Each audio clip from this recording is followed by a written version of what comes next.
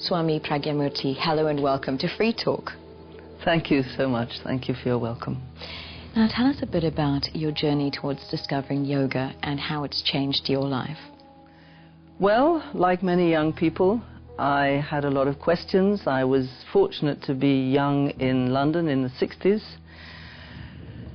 And I was also at that time a devoted atheist, but with a few little niggling question marks in my mind also. And as luck would have it, somebody came along and introduced me to the subject of meditation. When I came across meditation, I knew that this was something that would help me in my life journey. And then I eventually came across a wonderful yoga teacher, and I joined her class. And when I joined that class, I realized that this was it. I had been asthmatic for the whole of my young life, and I realized that if I stuck with yoga, I could become an ex-asthmatic, which I am still today. After some time, I eventually came to meet my teacher, my guru, Swami Saraswati. And thanks to his influence and guidance in my life, things have got bigger and better and more satisfying, more joyful. And it was he who made me a yoga teacher. That's remarkable. Now, your life has been mostly dedicated to the teachings and the benefits of Satyananda Yoga. Tell us a bit about Satyananda Yoga and how it differs from other forms of yoga. Well, my teacher's name is Swami Satyananda Saraswati. He has devised a very broad system of yoga in the true meaning of the word yoga, which means oneness, it means unity. So our system of yoga consists of a lot of different practices dealing with all the different levels of a human being. So we have the cleansing practices of Hatha Yoga, we have the various disciplines of the body comprising stages of Raja Yoga. We have a lot of work with the control of the breath and understanding the breath as a medium for energy. And we also have a lot of different meditation techniques. And we have a wonderful relaxation practice called Yoga Nidra, which I've been busy teaching here in Cape Town. So it's a very broad spectrum of practice which enables each person to discover and to become the best that they can be in this life.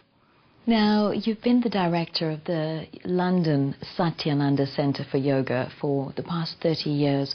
What's enticed you to come to South Africa?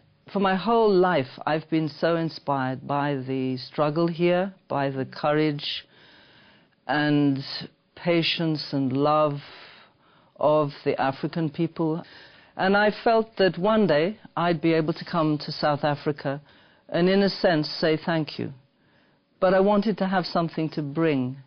And when I came across the whole issue of HIV and AIDS and yoga, and I've been involved with that since the early 80s in London, I felt that this perhaps was something that I could bring along with my thanks to South Africa, some practices to help people care for themselves, to help boost their immune system, improve their sense of self, whilst sitting waiting for the magical drug to come. Living in South Africa, we face enormous challenges in helping people who are living with HIV and AIDS. Having done extensive work in the area, would you like to share some of the wisdoms or benefits that you've discovered? In yoga, we have certain techniques which can help us boost our immune system by working directly on the thymus gland, which is at the core of the immune system. We also have practices which can help to boost our general energy level, and tiredness, exhaustion is a very real situation for a lot of people living with the virus. On another deeper level, we can help people find ways to nurture themselves, to start to feel better about themselves, which is at the very root of healing on a real level. So we're working on two levels, essentially, physiological and spiritual. Now, you've done workshops with Muslim women living with HIV as well, Swami. Tell us about the focus of these workshops. I have had the pleasure of working with a group of positive Muslims here in Cape Town, men and women. And there were so many of us in the room, actually, we couldn't do some of the bending and stretching that I'd hoped to introduce. But we did some practices that were designed to help them boost their immune system by contacting this magical little thymus gland.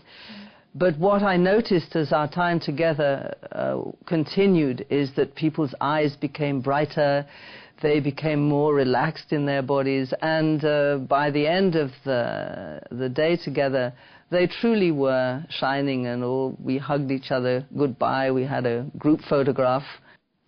Now, as well as working with people living with HIV, AIDS and other terminal illnesses, a large part of your work also centers around the healing power of yoga in prisons, and you've done some work in prisons.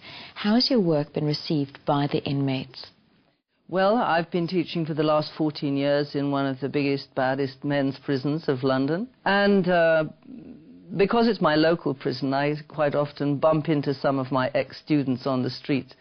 And they always run across and say, "Swami, Swami, thank you so much for that yoga in the prison, because it's really helped me turn my life around, rechannel my activities," and that they are really so grateful to yoga for giving them that insight into themselves.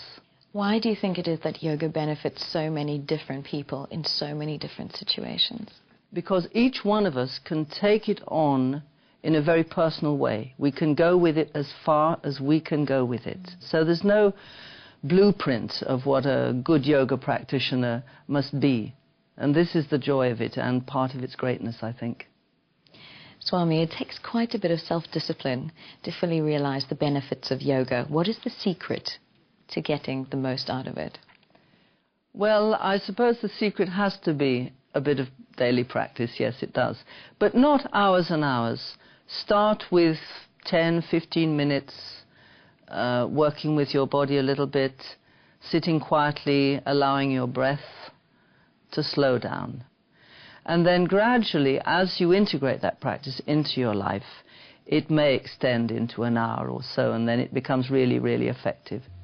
The quality of our lives improves by the practices which help us to slow down. And, you know, one of the easiest ways to do that is to observe the breath and consciously slow it down. And that's a first and a huge step. And it's often the step that converts a lot of people to a yogic life, actually. Tell us about your spiritual journey and how spirituality has sustained you over the years. I am a mother and grandmother of many, and yoga has helped bring it together, and it's helped me to understand and realize that my children and grandchildren are also my greatest yoga teachers.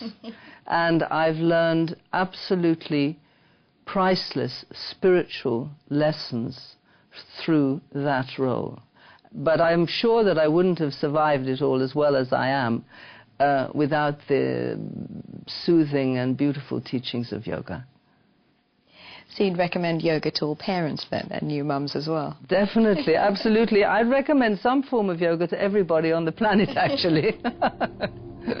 Swami, thank you for joining us on Free Talk. It's been really wonderful having you here.